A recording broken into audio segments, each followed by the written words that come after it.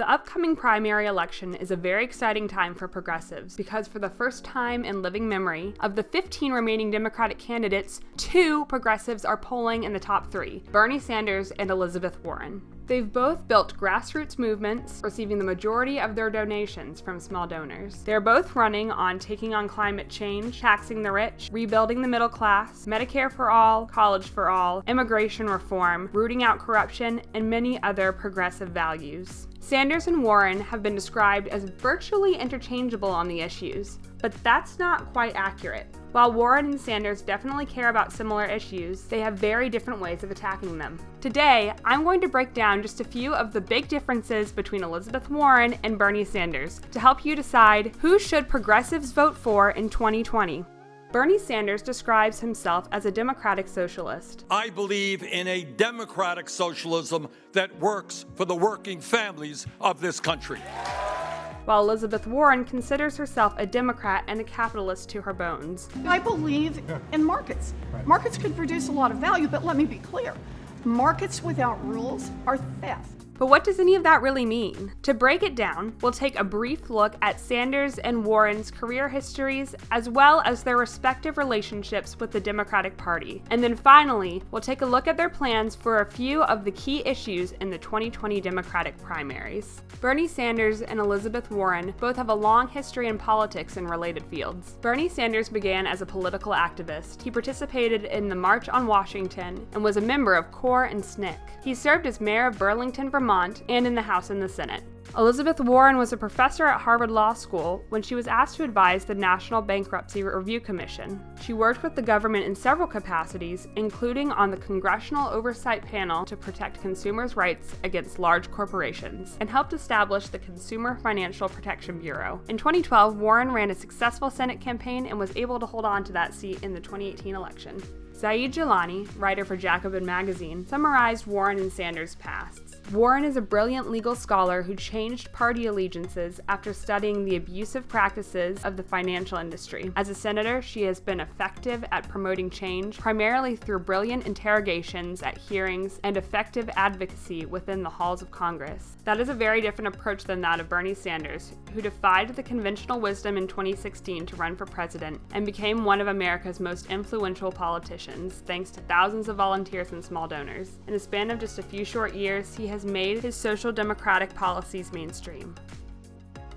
Since switching party affiliations in 1996, Warren has been loyal to the Democratic Party. Reporting from the New York Times has confirmed her continued allegiance to the Democratic establishment, despite her populist messaging, as Warren continues to court party officials behind the scenes. Bernie Sanders, meanwhile, unsuccessfully ran for political office several times as a member of the Liberty Union Party, and then in 1980 had a successful run for mayor of Burlington, Vermont as an independent. While many of his votes and ideals aligned with the Democratic Party, he continued to register as an independent as he served in both the House and the Senate. Sanders formally aligned himself with the Democratic Party when he first ran for president in 2016. In essence, Elizabeth Warren is a conservative turned Democrat by the inequities she saw in the system. Her MO is to work within the system to advance progressive change. Did I think I was going to be one of those women's libbers? Heavens no. Yeah. In a democratically elected Congress, how on earth are you going to pass legislation to benefit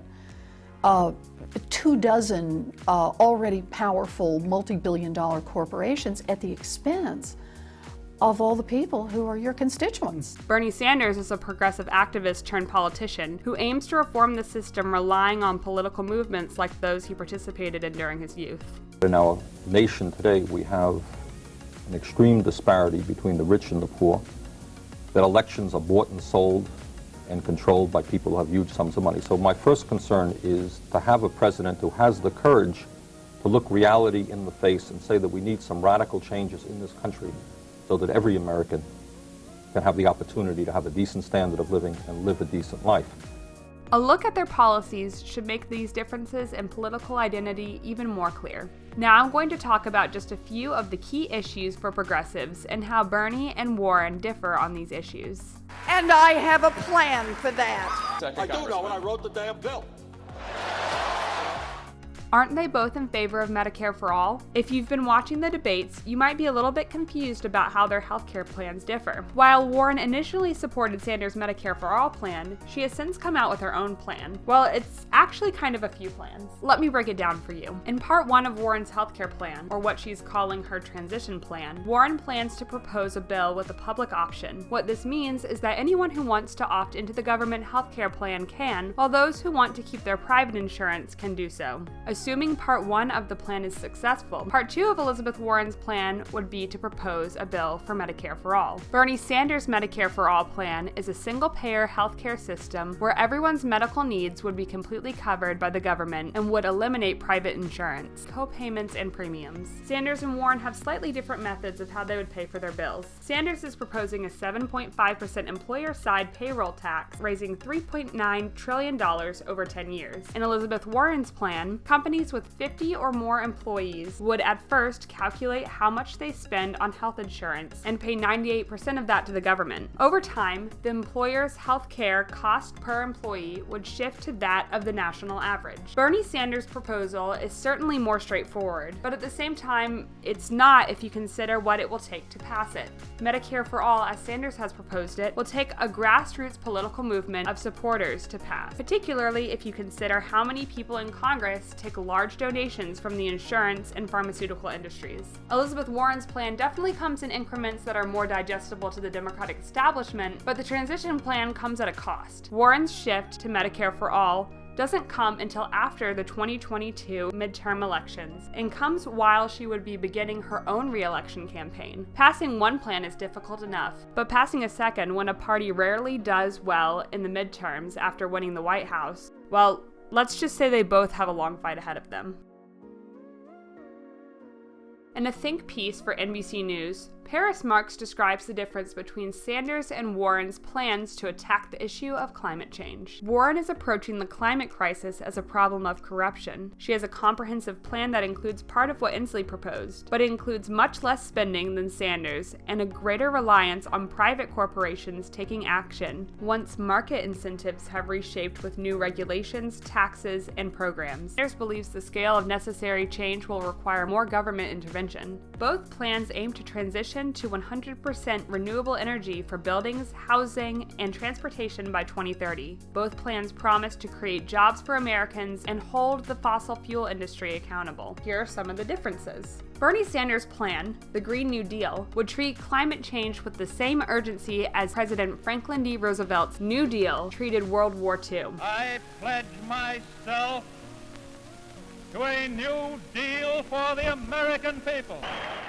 He would declare climate change a national emergency and directly invest a historic $16.3 trillion public investment over 15 years towards these efforts. As Paris Marks summarized, Sanders would rely much more on government intervention than on private corporations. For example, the renewable energy generated by the Green New Deal will be publicly owned and sold to distribution utilities with a preference for public power districts and other existing utilities that demonstrate a commitment to the public interest. Warren, on the other hand, has proposed a $3 trillion plan, or plans plural, really. Warren's plan is to utilize government money in such a way that it will encourage private investment in clean energy. Warren plans to use regulations, subsidies, and tax incentives to encourage private companies to transition to clean energy. She also plans to tackle climate change through anti-corruption laws, like creating a lobbying ban for presidents, vice presidents, members of Congress, federal judges, and cabinet secretaries.